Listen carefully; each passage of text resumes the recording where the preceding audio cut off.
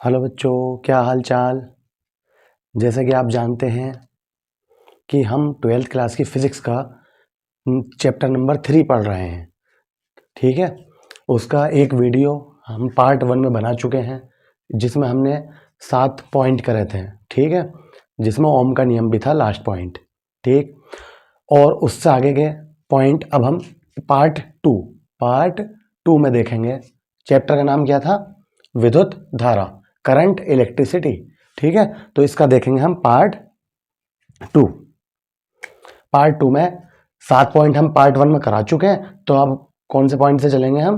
8वें point से। ठीक है, और आपसे एक विनती यह है कि अगर आपने मेरा चैनल अभी तक सब्सक्राइब नहीं किया है तो प्लीज़ ज़रूर कीजिए। ठीक है, जिससे कि आपको टाइम पर नोटिफिकेशन मिलते रहे।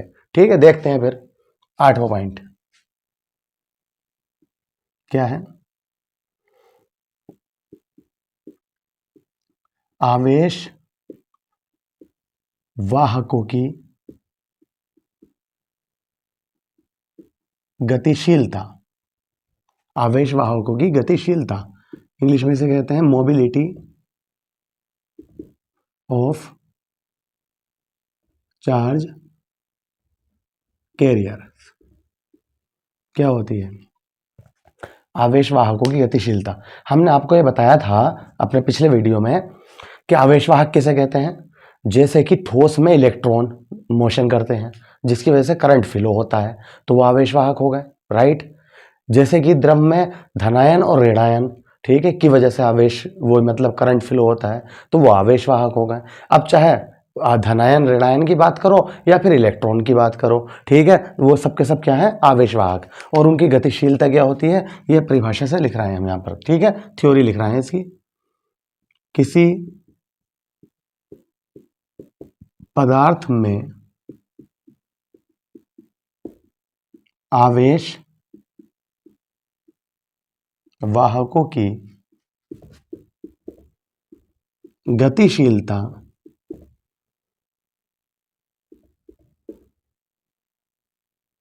गतिशीलता ऐसे भी कह सकते हो मुक्त इलेक्ट्रॉनों का अनुगमन वेग। ठीक है, या फिर क्या कह सकते हो, उनके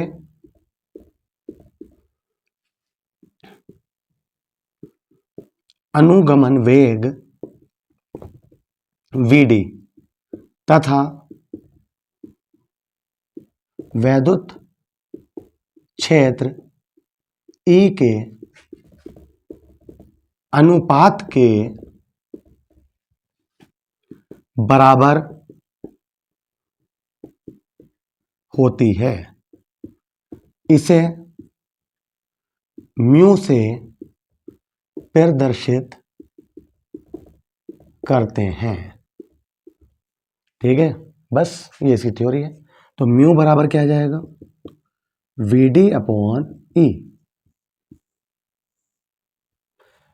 अब अगर इसमें इसका मात्रक पूछूं तुमसे, क्या बताओगे? तो तुम कहोगे अनुगमन वेग मतलब है तो स्पीड ही, वेलोसिटी। वेलोसिटी का मात्रक क्या होता है? मीटर प्रति सेकंड। और ई का मात्रक क्या होता है? वोल्ट प्रति मीटर या न्यूटन प्रति कूलाम। तो इसके दो मात्रक निकल सकते हैं बहुत आराम से। एक तो देखो, इससे क्या कह रहे हैं अभी? वोल्ट। इससे क्या कह रहे हैं हम? मीटर पर सेकेंड। और इसका क्या कह रहे हैं हम? वोल्ट प्रति मीटर। तो मीटर बटे के बटे हम ऊपर पहुंच गया तो मीटर स्क्वायर। इसका मात्रक क्या आ गया? Metre square. ठीक है, प्रति वोल्ट सेकेंड।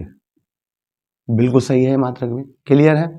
या इसका मात्रक हम ऐसे भी लिख सकते हैं, तुम इसका कहोगे ये तो वेलोसिटी है, वेलोसिटी का कहोगे मीटर प्रति सेकंड, जो ये था बिल्कुल सही बात है। और ई का मात्रक एक और होता है न्यूटन प्रति कूलाम। न्यूटन प्रति कूलाम।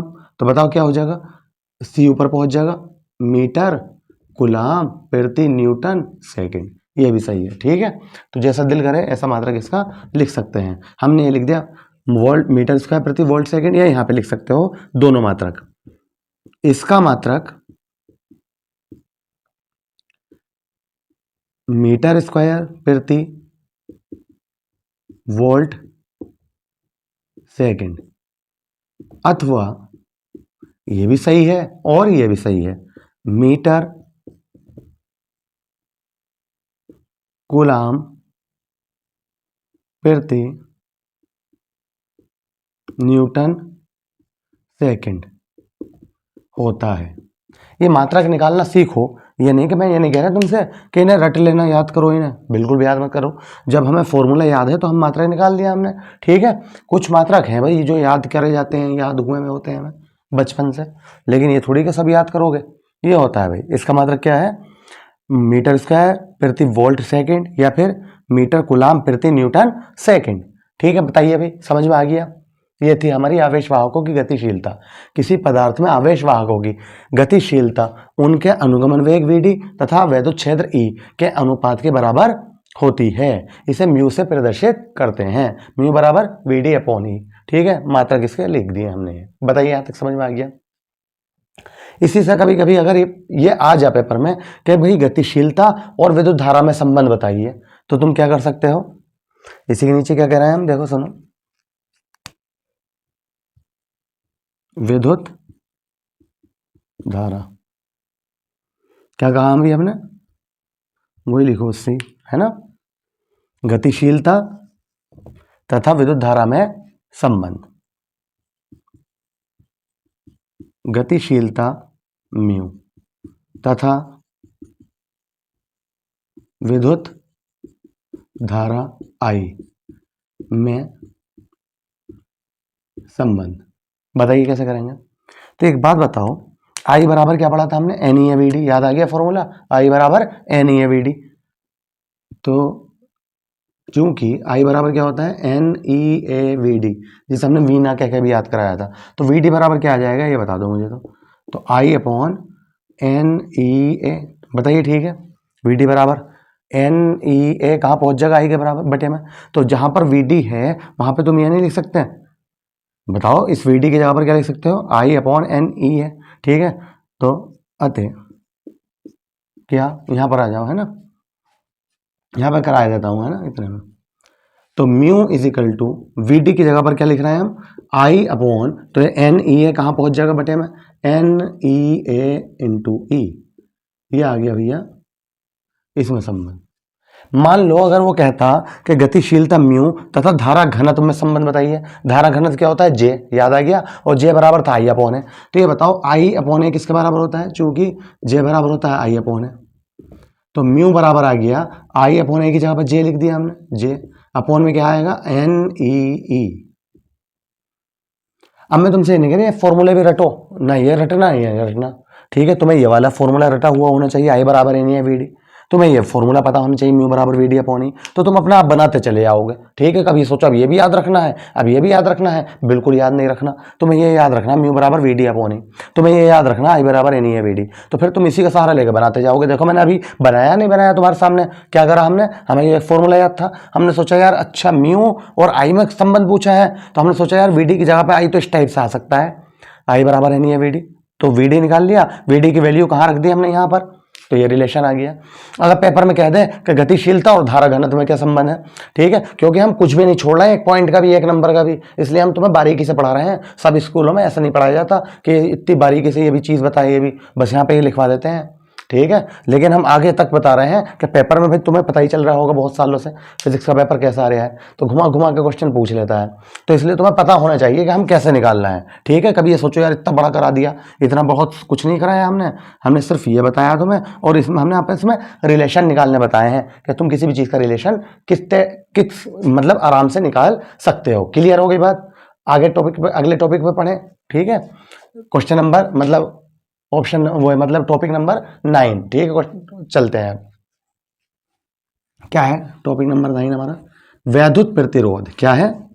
वैसे तुम वैद्युत प्रतिरोध के बारे में पढ़ चुके हो अब तक, ठीक है। क्या पढ़ चुके हो वैद्युत प्रतिरोध, ओम का नियम में नहीं आया था V इक्वल टू IR, तो मैंने लिखवाया था R क्या है, वैद्युत प्रतिरोध है, लेकिन ये नहीं बताया था वैद्युत प्रतिरोध की परिभाषा क्या है, क्या होता है ये। वैसे मैंने वैसी नॉर्मली नॉलेज के लिए तुम्हें बता दिया था कि वैद्युत प्रतिरोध है क्या, याद है मैंने बताया था चांदी का सबसे कम होता है, और उसके बाद कॉपर का, उसके बाद सोने का, गोल्ड का, उसके बाद एल्युमिनियम का, ठीक है। ऐसे सबसे ज़्यादा कम चांदी का, उससे ज़्यादा, उससे थोड़ा सा ज़्यादा कॉपर का, उससे थोड़ा और ज़्यादा, ठीक है, सोने का, उससे थोड़ा और ज़्यादा एल्युमिनियम का। याद है ये बातें बताई थी हमने। तो वो क्या है वैद्युत प्रतिरोध, वही हम यहाँ जानना चाहते हैं, ठीक है। क्वेश्चन वही टॉपिक नंबर 9 क्या है, वैद्युत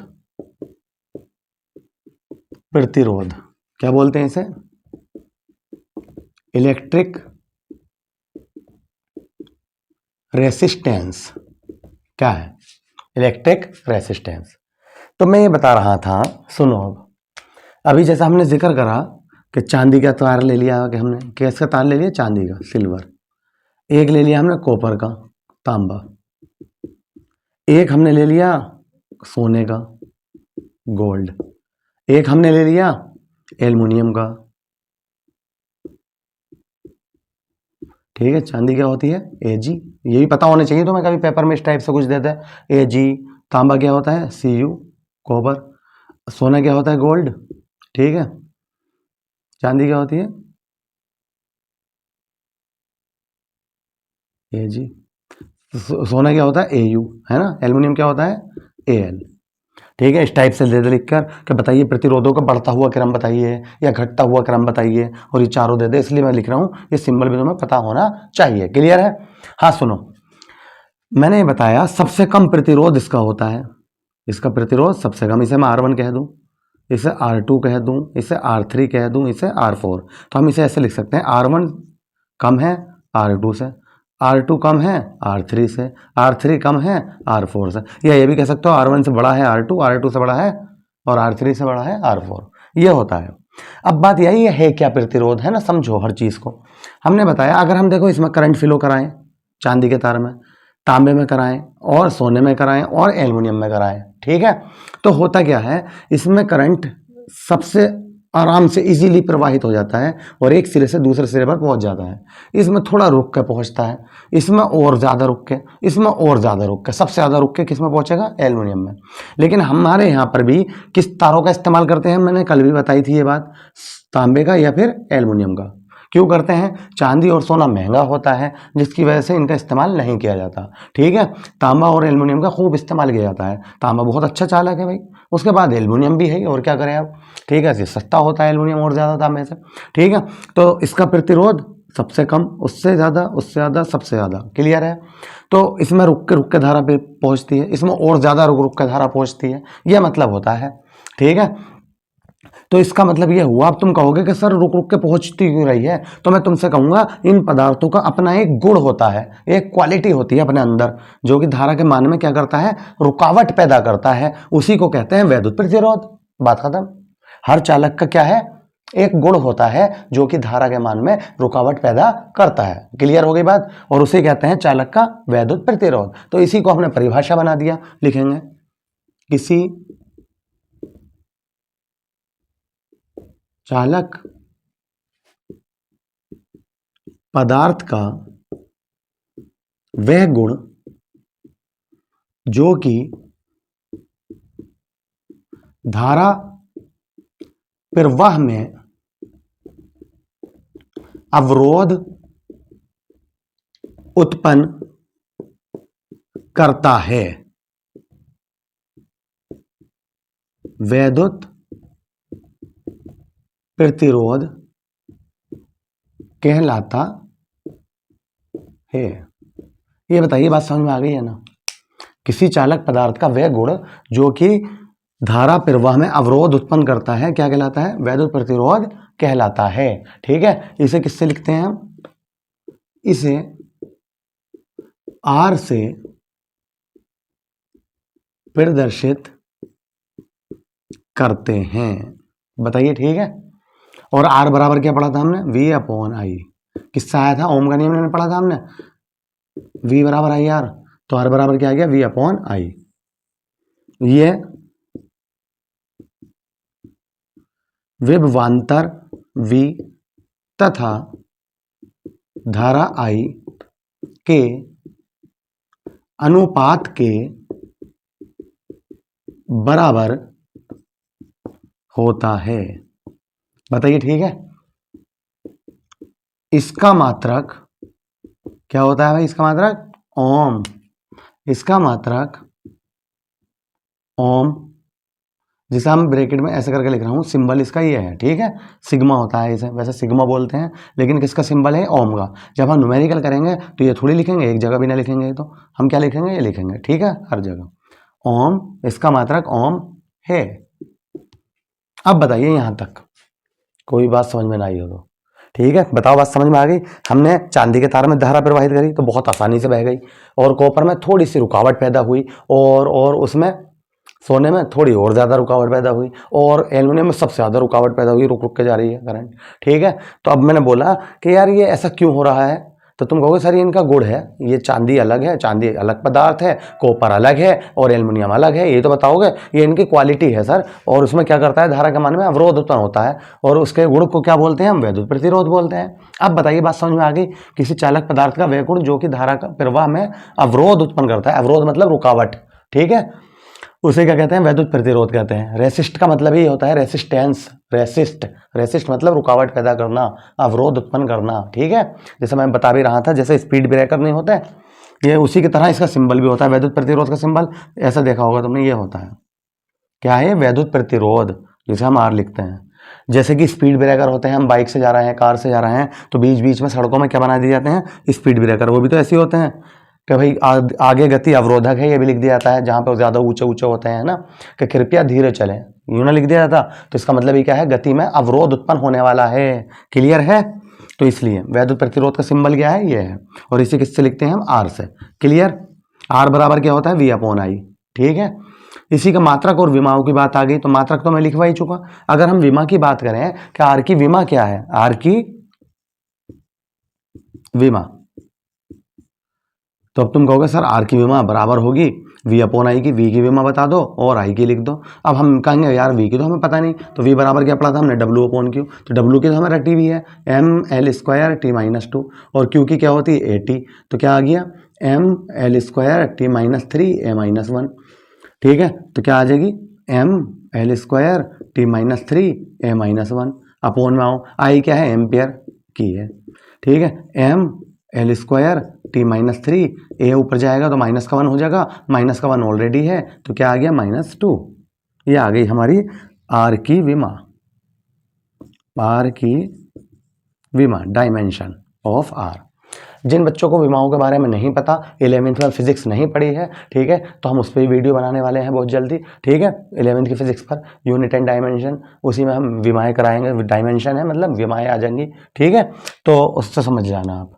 तो m L square T minus three a minus two, ये भी याद नहीं रखनी, ये भी मैं इसकी बहुत अच्छी ट्रिक लाते हैं हम उसमें, हम सिर्फ 6 राशियों की विमाएँ याद कराते हैं, कार्य पे आके रुक जाते हैं। जैसे ये कार्य आया था ना, कार्य की विमा हमें रटी हुई थी, सही है, बच्चे याद रख लेना, पूरी फिजिक्स की विमा आराम से लिख सकते हो। ठीक है, उसमें हम कराएंगे। अगर आपको वीडियो देखनी है तो मेरे कमेंट कीजिए मेरी इस वीडियो पर कि ठीक है कि सर जी उस पर यूनिट एंड डायमेंशन पर वो बना दो एक वीडियो, तो मैं छोटी सी वीडियो बनाऊंगा, उससे मैं सब कुछ क्लियर कर दूंगा। क्लियर है, ये बताइए समझ में आ गया यहाँ तक, वैद्युत प्रतिरोध क्या है, इसका मात्रक क्या है, ओम, इसकी विमा क्या है, ये है। क्लियर, आगे बढ़ जाएं, नेक्स्ट टॉपिक देखते हैं। नेक्स्ट टॉपिक क्या, इसी के अंदर आती है बातें कि वैद्युत प्रतिरोध को प्रभावित करने वाले कारक। ठीक है, देखते हैं, ये साफ कर देते हैं।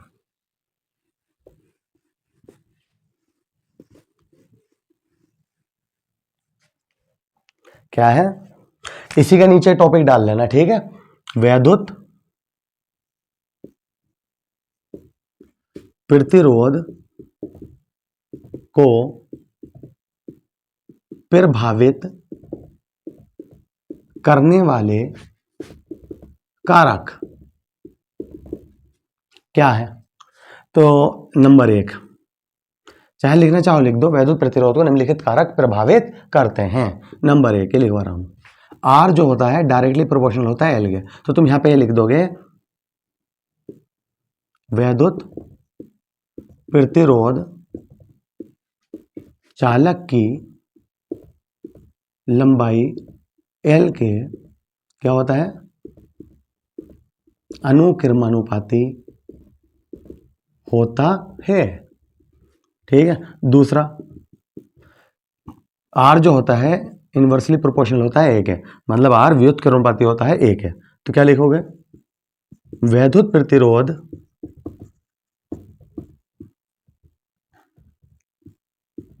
चालक के क्षेत्रफल ए के व्युत्क्रमानुपाती होता है। ठीक है, तीसरा भी लिखवा रहा हूं, आर जो होता है इन्वर्सली प्रोपोर्शनल होता है n के। n क्या है यहाँ पर? मुक्त इलेक्ट्रॉनों की संख्या। तो यहाँ पर लिख दोगे वैद्युत प्रतिरोध चालक में उपस्थित मुक्त इलेक्ट्रॉनों की संख्या के क्या होता है? व्युत्क्रमानुपाती होता है। यहां लिख देता हूं व्युत्क्रमानुपाती, कभी ना दिखे, व्युत्क्रमानुपाती होता है। बताइए, यहां तक बताइए, सही है? तो ये 3 बातें लिख देंगे, ठीक है।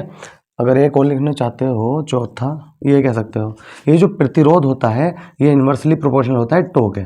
टो क्या था? श्रांतिकाल, याद आ गया? तो ये लिख दोगे वैद्युत प्रतिरोध श्रांतिकाल टो के व्युत्क्रमानुपाती होता है, ठीक है। तो ये थे वैद्युत प्रतिरोध को प्रभावित करने वाले कारक। मतलब क्या हुआ? कारक का मतलब बातें होती हैं, कभी कभी बातें आ जाता है पेपर में लिख के कि वैद्युत प्रतिरोध को प्रभावित करने वाली बातें लिखिए। मतलब यह हुआ, अगर तुम्हें वैद्युत प्रतिरोध बढ़ाना है तो चालक की लंबाई बढ़ा दो। जितना लंबा तार होगा इतना ही लंबा वैद्युत प्रतिरोध, इतना ही ज्यादा वैद्युत प्रतिरोध होगा, ठीक है। अगर कम करना है तो चालक की लंबाई कम है, छोटा सा तार है, तो वैद्युत प्रतिरोध कम होगा। अगर तुम्हें वैद्युत प्रतिरोध को घटाना है तो उसका क्षेत्रफल बढ़ा दो। इसका मतलब ये हुआ, जितने मोटे तार होंगे केबल, मैंने कल भी बताया था, ठीक है, पिछली वीडियो में अपने पार्ट 1 में, जितना मोटा केबल लोगे उसका क्षेत्रफल ज्यादा होगा। जब क्षेत्रफल ज्यादा होगा तो वैद्युत प्रतिरोध अपने आप कम हो जाएगा। इसीलिए जो मोटे मोटे तार क्यों लिए जाते हैं, जिसमें 11-11 हज़ार वोल्ट की लाइन भेजी जाती है या केबल वगैरह होते हैं, वो इसीलिए लिए जाते हैं कि क्षेत्रफल ज्यादा होने की वजह से वैद्युत प्रतिरोध कम हो जाता है और मिनटों से सेकंडों में करंट यहाँ से वहाँ कहीं कहीं 100 किलोमीटर दूर आराम से चले जाता है। क्यों? क्योंकि उसमें रुकावट कम हो जाती है। आर का मान क्या है? आर का काम क्या है? वैद्युत प्रतिरोध का काम क्या होता है? धारा के मान में रुकावट पैदा करना। तो वो कम हो जाती है क्षेत्रफल बढ़ाने पर। एक दूसरे को उल्टे तो हो गए हैं, तो ये एक दूसरे पर डिपेंड करते हैं डायरेक्टली। ये इन्वर्सली, इन्वर्सली का मतलब होता है उल्टा। अगर ये बढ़ा दोगे तो ये कम कर दोगे तो ये ज्यादा। क्लियर? इसी प्रकार से ये होता है, वैद्युत प्रतिरोध चालक में उपस्थित मुक्त इलेक्ट्रॉनों की संख्या क्या? व्युत्क्रमानुपाती होता है। जितनी इलेक्ट्रॉनों की मुक्त संख्या जितनी ज्यादा होगी उतना ही प्रतिरोध क्या होगा? कम होगा। जब तुम मोटा तार लोगे, मोटा वाला केबल, तो उसमें ज्यादा इलेक्ट्रॉन होंगे, नंबर ऑफ इलेक्ट्रॉन ज्यादा होंगे, जिसकी वजह से वैद्युत प्रतिरोध कम होगा। इसी टाइप से वैद्युत प्रतिरोध शांतिकाल टो के भी व्युत्क्रमानुपाती होता है। जितनी टक्करें लगेंगी, ज्यादा से ज्यादा टक्करें लगेंगे, इलेक्ट्रॉन ज्यादा होंगे तो ज्यादा टक्कर लगने की संभावना है, तो वैद्युत प्रतिरोध क्या होगा? कम होगा। तो ये बातें तुम्हें पता होनी चाहिए। क्लियर हो गया?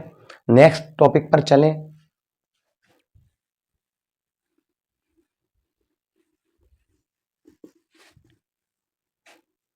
ठीक है, नेक्स्ट टॉपिक क्या है हमारा? वैद्युत चालकता। कौन सा पॉइंट होगा अब हमारे? 10वां, है ना? वैद्युत चालकता क्या है?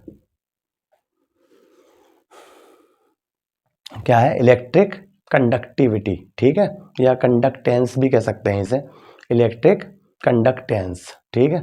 वैद्युत चालकता, ये जो वैद्युत प्रतिरोध पढ़ा था ना हमने, वैद्युत प्रतिरोध आर, उसका उल्टा कर दो, वही वैद्युत चालकता है। इसे किससे लिखते हैं हम? जी से। हो गया, यही परिभाषा लिख दो। क्या कहेंगे? वैद्युत प्रतिरोध आर के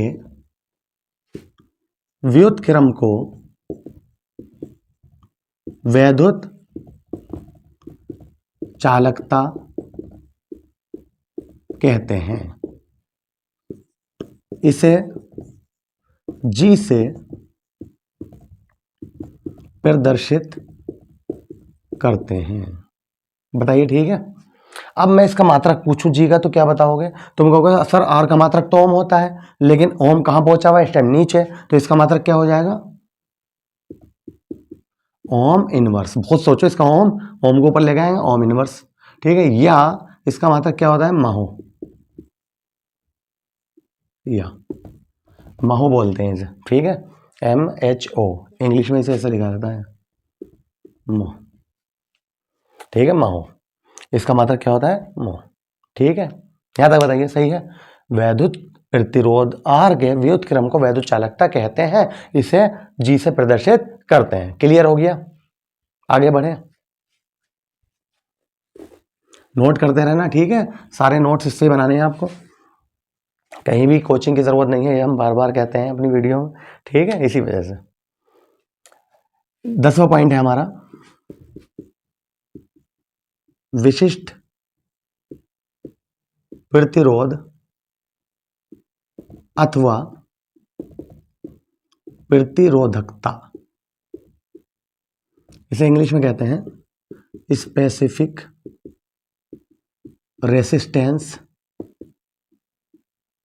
और अथवा मतलब और रेसिस्टिविटी।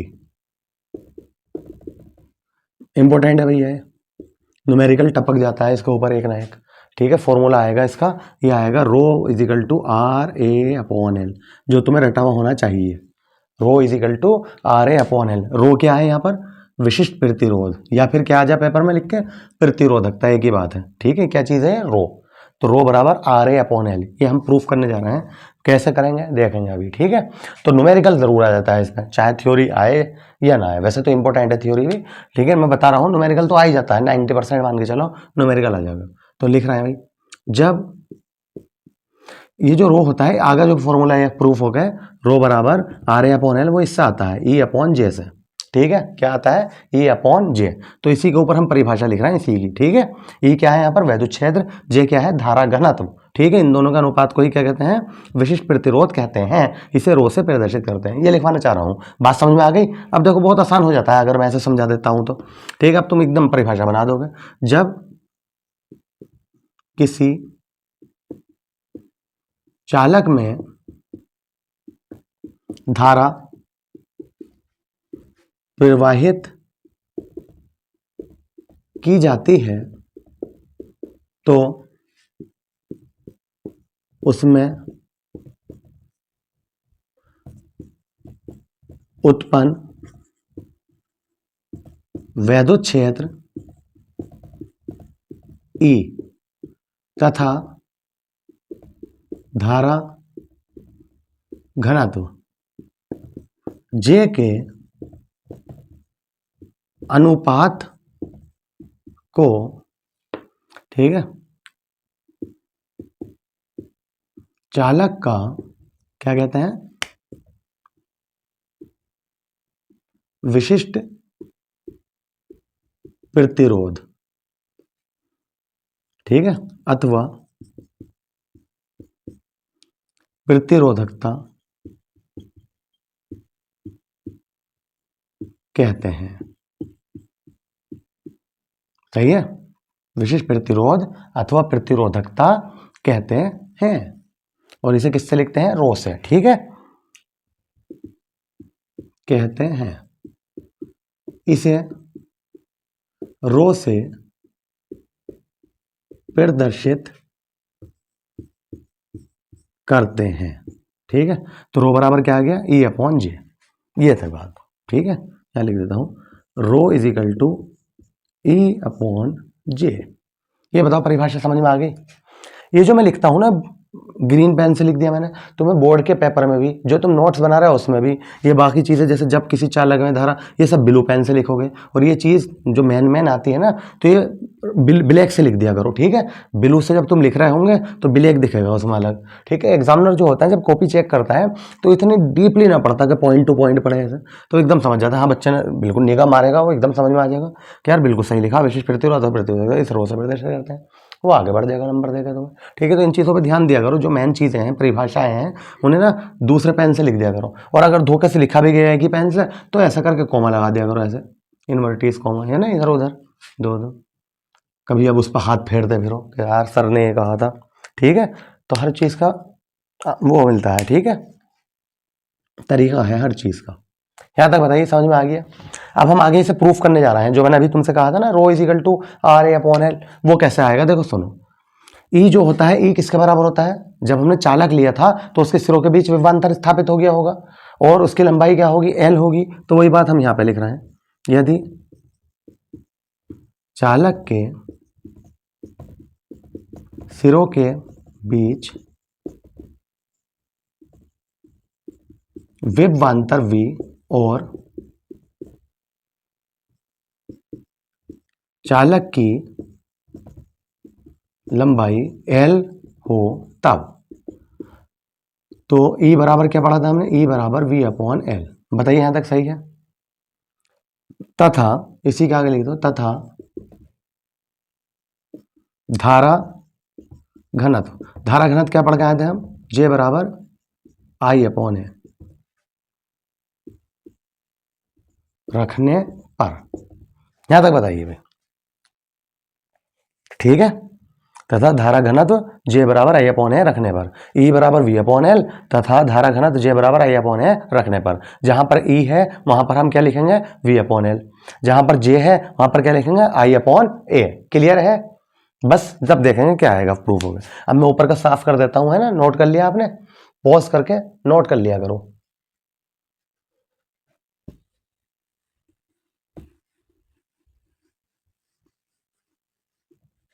सही है, रखने पर रख रहा है। देखो तुम तो इसी के नीचे से उतारोगे, ठीक है, इसके नीचे से।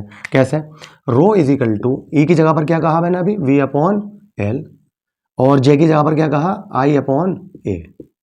क्लियर है, आप बताओ। E की जगह पर V अपॉन L, J की जगह पर I अपॉन A रख दिया, ठीक है। अब मैं इसमें फॉर्मूला बनाना चाहता हूं। मैंने देखा यार V आ गया ऊपर और नीचे I आ गया, तो V अपॉन I क्या होता है, R। तो मैं इसे ऐसा नहीं लिख सकता, V अपॉन I ऐसा करेगा, V अपॉन I A बट्टे के बट्टे में ऊपर पहुंच जाएगा, R A अपॉन L। अब मैं बोलूंगा V अपॉन I क्या है, तुम कहोगे सर ये R बराबर होता है प्रतिरोध है तो यहाँ क्या आ गया, रो इज इक्वल टू, इसकी जगह पे क्या आ गया, R A अपॉन L। ये है फॉर्मूला, इसे याद रखना आपको, ठीक है।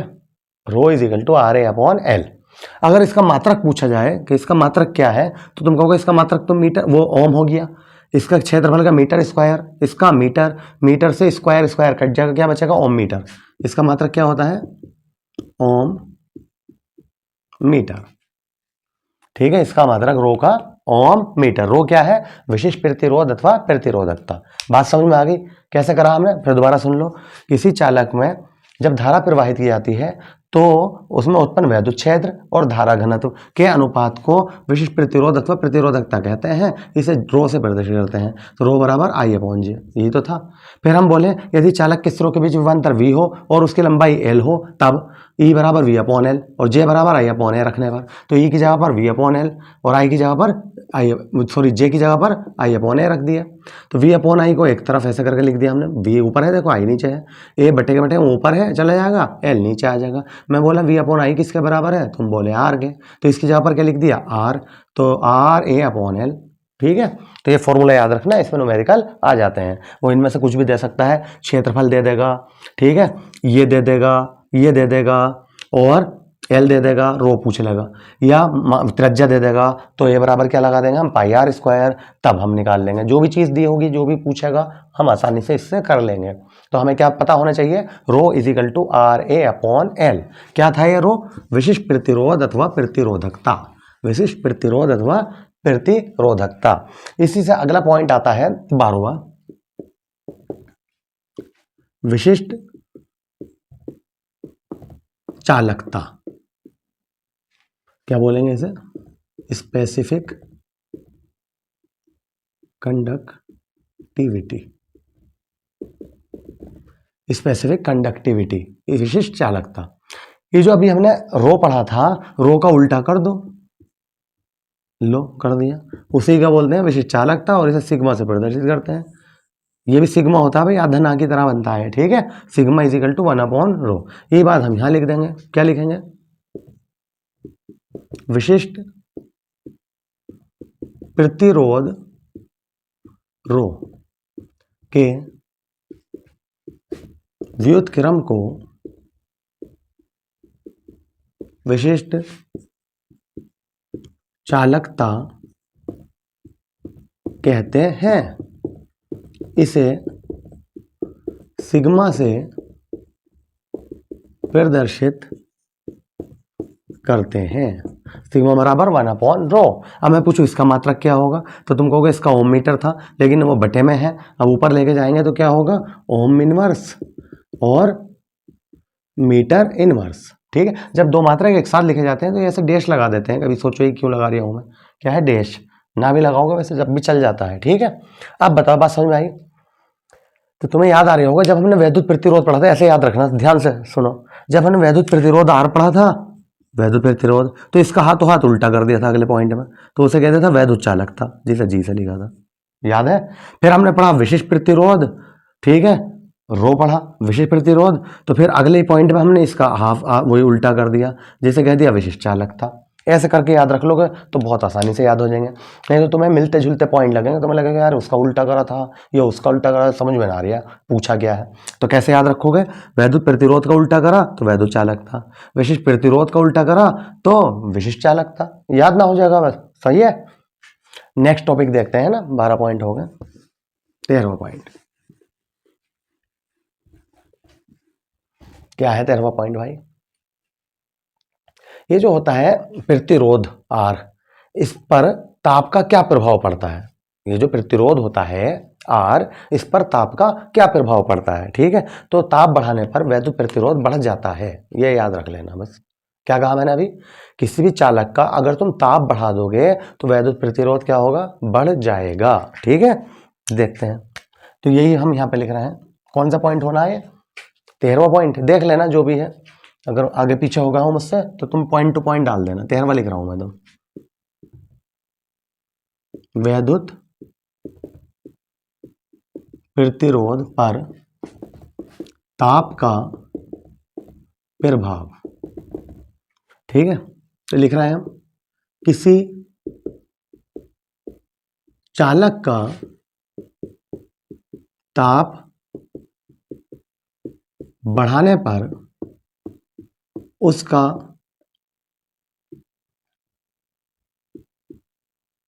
वैद्युत प्रतिरोध बढ़ जाता है, बस। और इसमें फॉर्मूले याद रख लेना दो, उस पर न्यूमेरिकल आ जाते हैं। ठीक है, आए हुए हैं एनसीईआरटी बुक में, जब मैं आपको एग्जाम्पल और न्यूमेरिकल कराऊंगा तो उसमें भी क्लियर हो जाएगा। क्या याद लिखना तुम्हें? ठीक है, R T is equal to R0 1 plus alpha T. R T क्या है यहाँ पर? अज्ञात ताप, कोई टी क्या है यहाँ पर? ताप, किसी ताप पर प्रतिरोध। R0 क्या है? 0 डिग्री सेल्सियस पर प्रतिरोध। एल्फा क्या है? ताप गुणांक, ये लिख रहा हूं, जहां एल्फा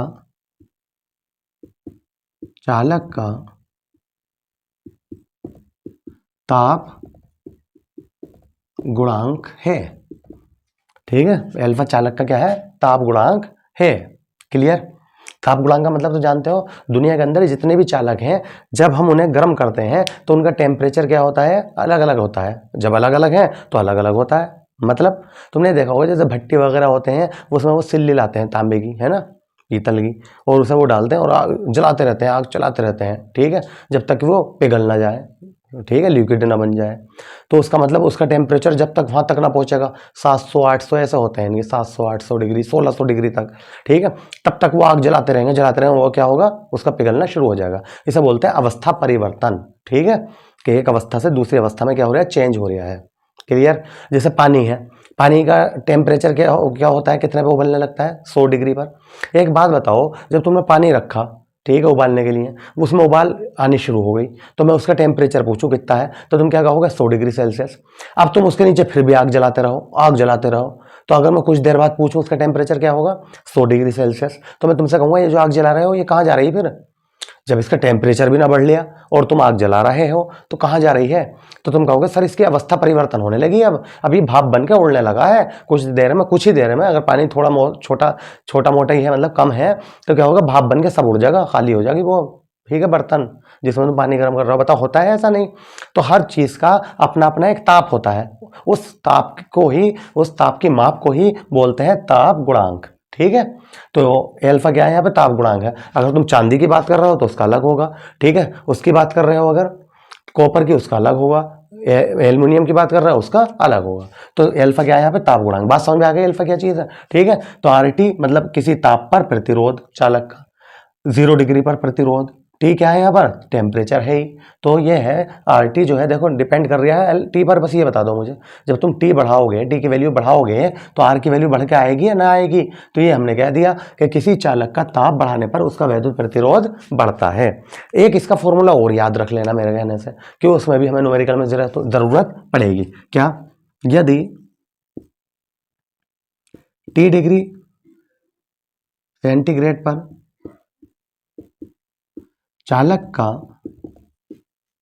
प्रतिरोध आर टी 100 डिग्री सेंटीग्रेड पर R100 व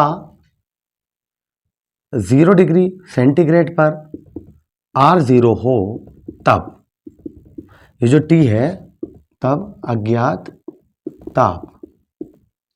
तो T कैसे निकालेंगे, इस T का वैल्यू कैसे निकालेंगे? तो T बराबर होगा RT minus R0 upon R100 minus R0 into 100। और किस में आ जाएगी इसकी यूनिट भी, सेल्सियस में या सेंटीग्रेड में। ये तुम्हें पता होना चाहिए। एक फॉर्मूला ये याद रख लो और एक ये है ही, ठीक है। ये भी हमें न्यूमेरिकल में काम करना पड़ेगा, इसके ऊपर हम न्यूमेरिकल्स करेंगे, ठीक है। आगे बढ़े, देखते हैं, नोट कर लीजिए भाई, है ना। 14 पॉइंट देखेंगे। ओमीय तथा अनओमीय परिपथ। क्या कह रहे हैं हम, ओमीय तथा अनओमीय परिपथ। 14 पॉइंट है हमारा। ओमीय तथा अनओमीय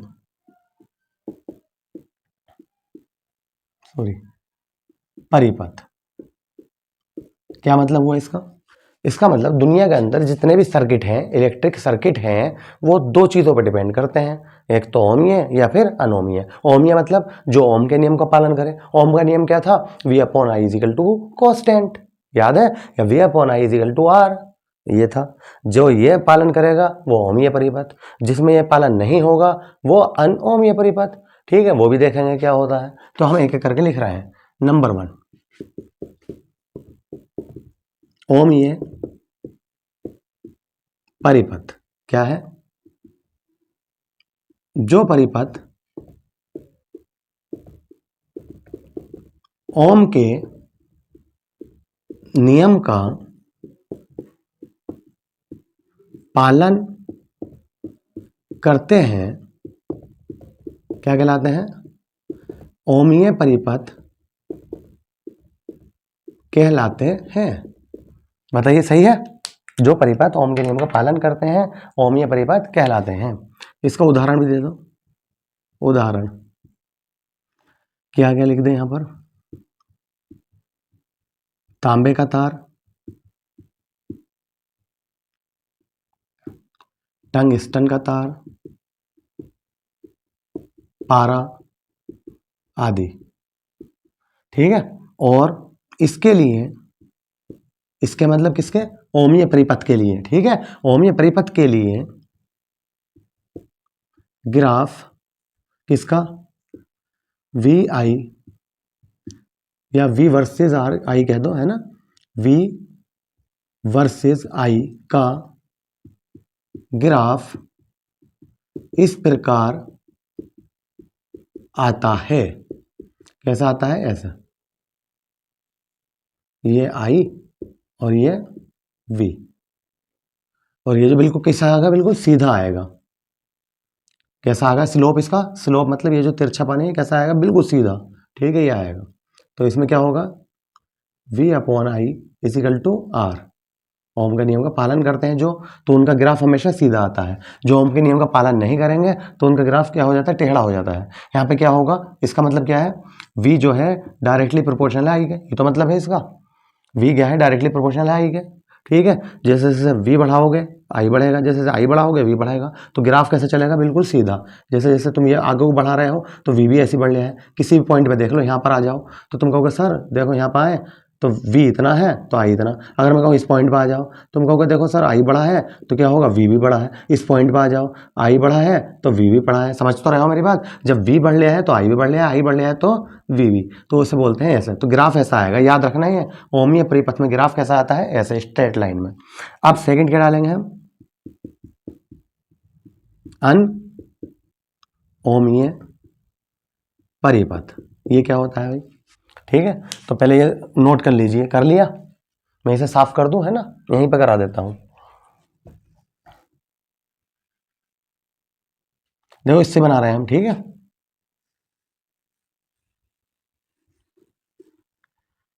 क्या कह रहे हैं हम, सेकंड अनओमीय परिपथ, जो परिपथ ओम के नियम का पालन, यहां पे क्या आ जाएगा बस, ओम के नियम का पालन नहीं करते हैं, क्या कहलाते हैं, अनओमीय परिपथ कहलाते हैं। क्या कहलाते हैं, अनओमीय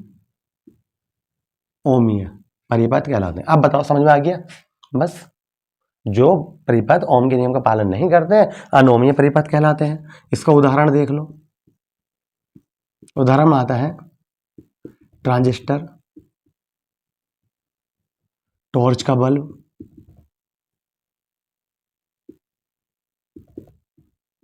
डायोड वाल्व,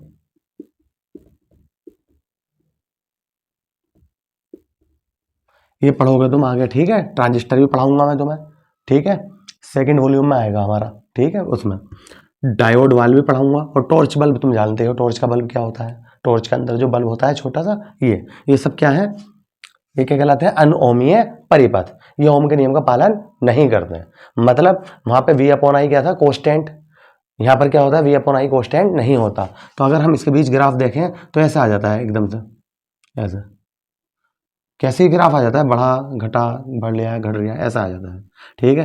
तो ये v के लिए मान लो, और ये क्या मान लो, i के लिए। ये कहलाता है अनोमीय परिपथ का ग्राफ, v और i के बीच, ठीक है। बस यहाँ तक बताइए, समझ में आ गया आपको? ठीक है। अगला टॉपिक हमारा प्रतिरोधों का संयोग। प्रतिरोध जो होते हैं इन्हें किस प्रकार से हम संयोजित कर सकते हैं, ठीक है। 15वां पॉइंट, प्रतिरोधों का संयोजन। तो जैसे आपने श्रेणी क्रम और समांतर क्रम उसका पढ़ा था, किसका किसका पढ़ा था, धारिता का, क्लियर है। ऐसे इसका करेंगे हम, श्रेणी क्रम और समांतर क्रम। तो 15वां पॉइंट है हमारा प्रतिरोधों का संयोजन। क्या बोलेंगे उसे, combination of resistance, combination of resistance. तो प्रतिरोधों को हम दो प्रकार से संयोजित कर सकते हैं, ये लिख देना यहाँ पर। प्रतिरोधों को हम दो प्रकार से संयोजित कर सकते हैं। नंबर एक, क्या पढ़ने आ रहे हैं हम, श्रेणी क्रम में। क्या बोलते हैं इसे इंग्लिश में, इन सीरीज। जैसे मैं तुम्हें पहले ही बताया था, फिर दोबारा सुन लो। वो जो छोटे छोटे बल्ब आते हैं, झालर बोलते हैं जिन्हें, है ना, जो हम दीपावली पे, ईद मिलादुन्नबी पे अपने घरों को सजाते हैं, टांगते हैं, शादी ब्याहों पे टांग लेते हैं, ठीक है। वो छोटे छोटे बल्ब किस में लगे हुए होते हैं, सीरीज में, ठीक है। ये याद रखना, सब बल्ब एक साथ ही तो जलते हैं, सब में करंट एक साथ फ्लो होती है। मतलब याद रखना, श्रेणी क्रम में करंट क्या होती है, समान जाती है। जितने भी बल्ब लगे हुए हैं, जितने भी प्रतिरोध हैं, ठीक है, सब में क्या होती है, करंट समान और विभवांतर अलग अलग। मैंने वहां भी ये बात बताई थी, वहां पे क्या कहा था हमने धारिता में, कि श्रेणी क्रम में आवेश समान रहता है और विभवांतर अलग अलग, याद है। यहाँ भी यही कह रहा हूं, बस यहाँ पर क्या कह रहा हूं, आवेश की जगह धारा कह रहा हूं, करंट कह रहा हूं, ठीक है। यहाँ पर श्रेणी क्रम में प्रतिरोध जितने भी होंगे उन सब में धारा क्या होगी, समान होगी। देखो मैं चित्र से समझाऊंगा तुम्हें अभी, ठीक है। क्या ऐसे चित्र बनाया जाता है इसका, एक प्रतिरोधी हो गया, एक ये हो गया, एक ये हो गया, तीन प्रतिरोध ले लिए हमने। यहाँ पे क्या लगा दिया हमने, बैटरी। बताओ सही है।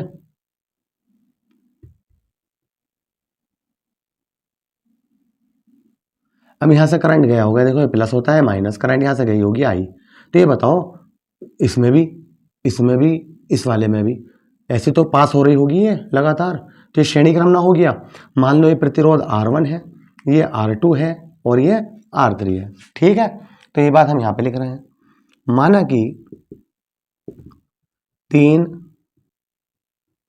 प्रतिरोध R1, R2 व R3 किसमें है? श्रेणी क्रम में चित्र अनुसार जोड़े गए हैं। बताओ सही है? अब एक बात बताओ, अभी मैंने क्या कहा तुमसे, धारा जो होगी आई वो सब में समान होगी तीनों में, तो इनका विभवांतर क्या होंगे? सबके अलग अलग। न्यूमेरिकल करने में बहुत फायदा मिलेगा, ये वाली बात याद रख लो। श्रेणी क्रम में धारा समान, विभवांतर अलग अलग, और समांतर क्रम में धारा अलग अलग तो विभवांतर समान हो जाएगा। समांतर क्रम में क्या चीज समान हो जाएगा?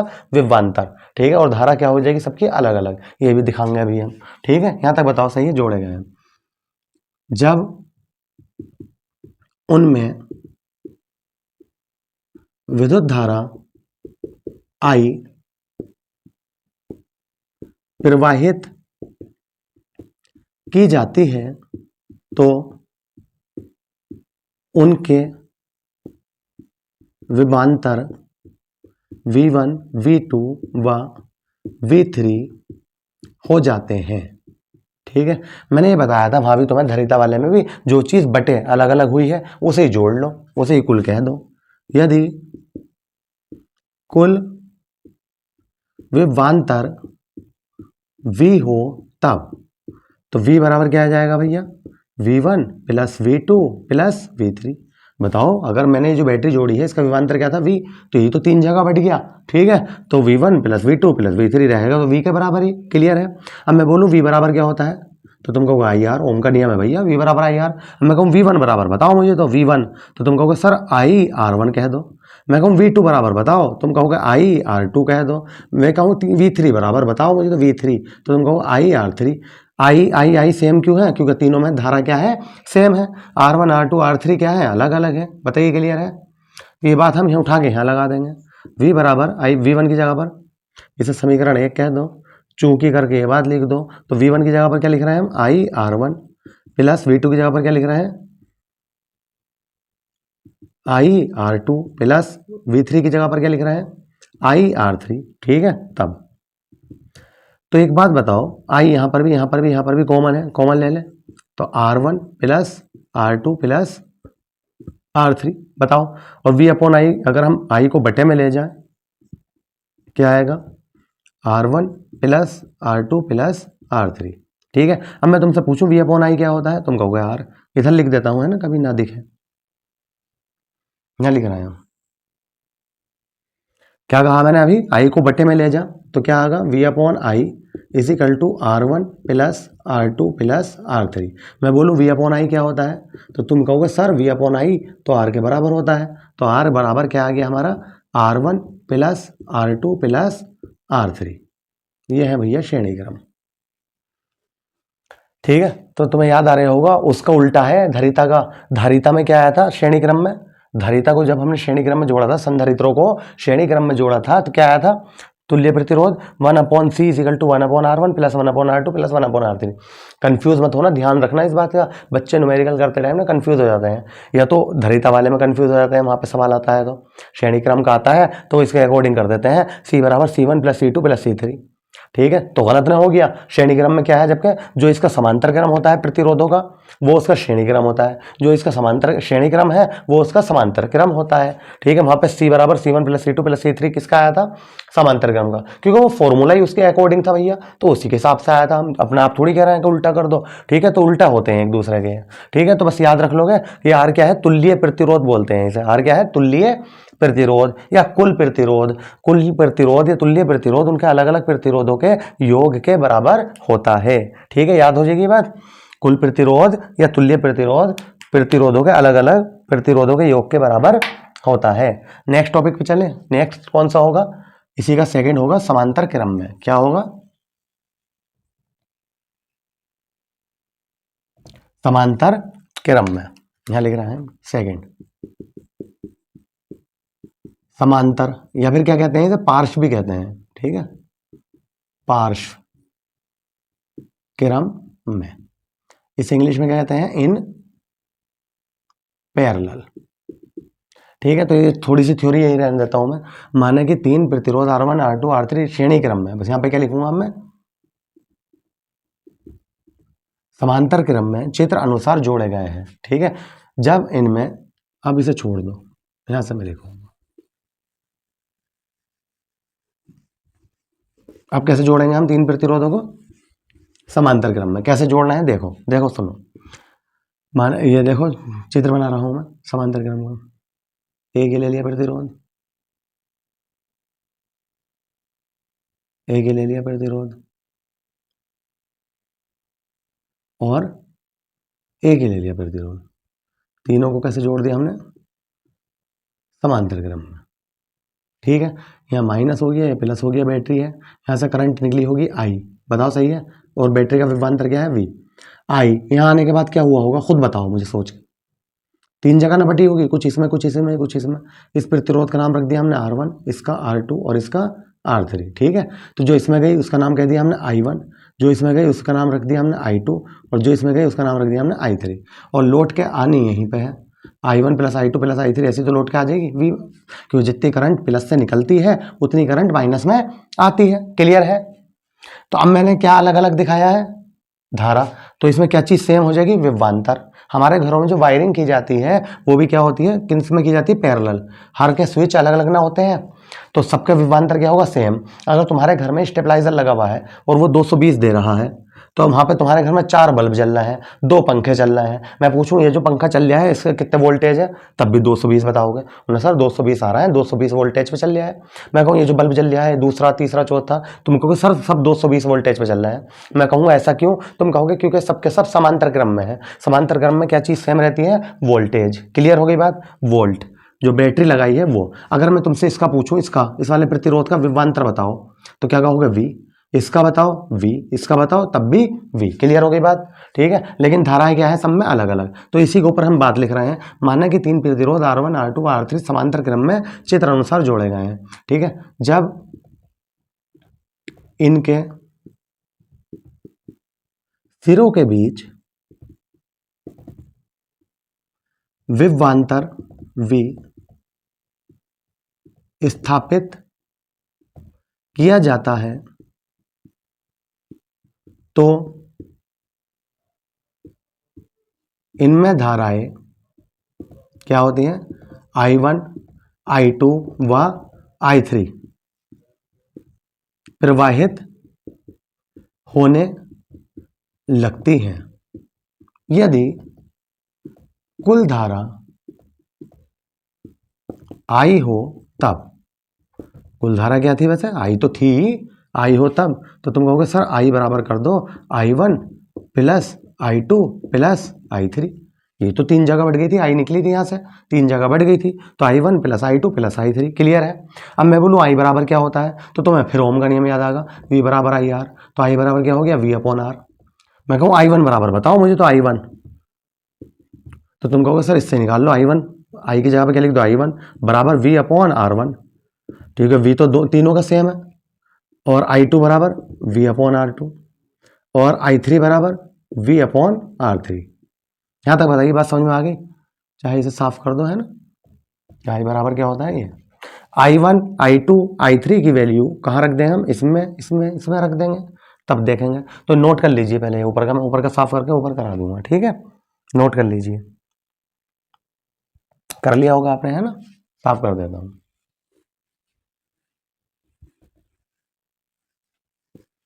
क्या करेंगे अब हम? तब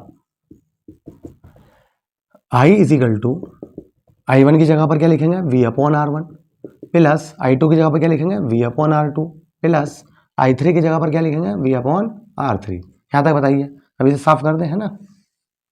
फिर क्या करेंगे? I इजिकल टू, देखो यहाँ पर भी V, यहाँ पर भी V कॉमन ले लें, तो 1 upon R1 plus 1 upon R2 plus 1 upon R3। ये V को इसके बट्टे में पहुंचा दो, I अपॉन V हो जाएगा 1 upon R1 plus 1 upon R2 plus 1 upon R3। ये बताओ V I अपॉन V क्या है? तो तुम कहोगे सर ये तो R का उल्टा है। R बराबर क्या होता है? V upon I। मैं कहूँगा ये तो आई अपॉन वी है, अगर मैं इसका उल्टा कर दूँ, आई अपॉन वी कर दूँ तो क्या होगा, तो तुम कहोगे सर इसका भी उल्टा हो जाएगा, 1/r कर दो।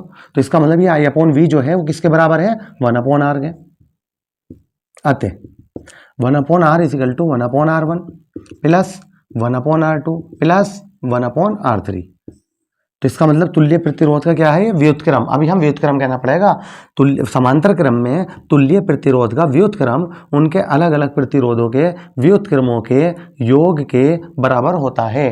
बोल रहा हूं मैं, लिख लो अगर लिखना चाहो इसकी थ्योरी। समांतर क्रम में तुल्य प्रतिरोध का व्युत्क्रम, समांतर क्रम में तुल्य प्रतिरोध का व्युत्क्रम उनके अलग अलग प्रतिरोधों के व्युत्क्रमों के योग के बराबर होता है। तो ये कौन सा था, समांतर क्रम का। वहां पे क्या था, ये श्रेणी क्रम था धारिता वाले में, 1/c बराबर 1/c1 plus 1/c2 plus 1/c3। यहां तक बताइए, ठीक है, समझ में आ गया सबको। आप नेक्स्ट पार्ट जो हम पार्ट 3 लाएंगे उसमें आगे के टॉपिक करेंगे, ठीक है, कंप्लीट करेंगे इस चैप्टर को, ठीक है। तब तक के लिए हमें आज्ञा दीजिए, और अगर आपने मेरा चैनल अभी तक सब्सक्राइब नहीं किया है तो प्लीज़ चैनल को सब्सक्राइब कर दीजिए, ठीक है। Thank you.